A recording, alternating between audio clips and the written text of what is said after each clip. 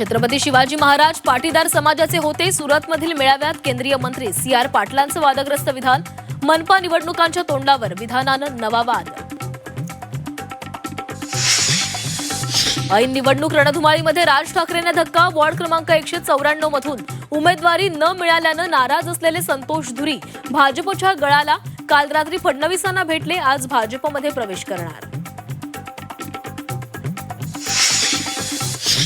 पुण्याच्या विकासावरून अजित पवार आणि भाजपमध्ये शाब्दिक युद्ध. आरोप करणाऱ्यांनी आरशामध्ये पाहावं. अजित पवारांना फडणवीसांचा टोला, तर फडणवीसांबद्दल बोललोच नाही. अजितदादांची सारवासार. मनपा निवडणुकांचा प्रचार शिगेला. मुख्यमंत्री फडणवीसांच्या नागपूरमध्ये 3 ठिकाणी प्रचार सभा. एकनाथ शिंदे, अजित पवारही प्रचार मैदानात, तर उद्धव ठाकरेंकडून शाखा भेटीचा कार्यक्रम. समरजित घाटगेंचा भाजप प्रवेश लांबणीवर. फेब्रुवारीमध्ये प्रवेश होण्याची शक्यता. मनपा निवडणूक आणि मुख्यमंत्र्यांच्या दाओस दौऱ्यामुळे प्रवेश लांबणीवर.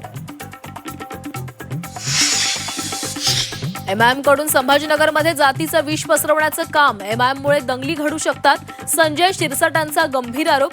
शहराला असुरक्षित करणाऱ्यांना सोडणार नसल्याचा बावनकुळेंचा इशारा. लातूरमधून विलासराव देशमुखांच्या आठवणी 100% पुसल्या जातील. भाजप प्रदेशाध्यक्ष रवींद्र चव्हाणांच्या वक्तव्यानं नव्या वादाची शक्यता. काँग्रेसचा भाजपवर पलटवार. रवींद्र चव्हाणांचं विधान दुर्दैवी. राज्याचं राजकारण नेमकं कुठल्या स्तरावर चाललंय हा प्रश्न सर्वांना पडलाय.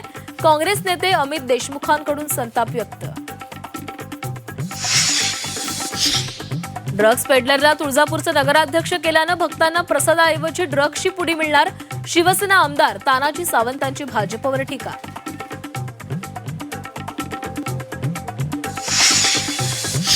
पालघरमध्ये मेडिकलच्या विद्यार्थिनीची रॅगिंग. विद्यार्थिनीला नमाज पठण करायला लावल्याचा बजरंग दलाचा आरोप. वाडा पोलीस ठाण्यात गुन्हा दाखल.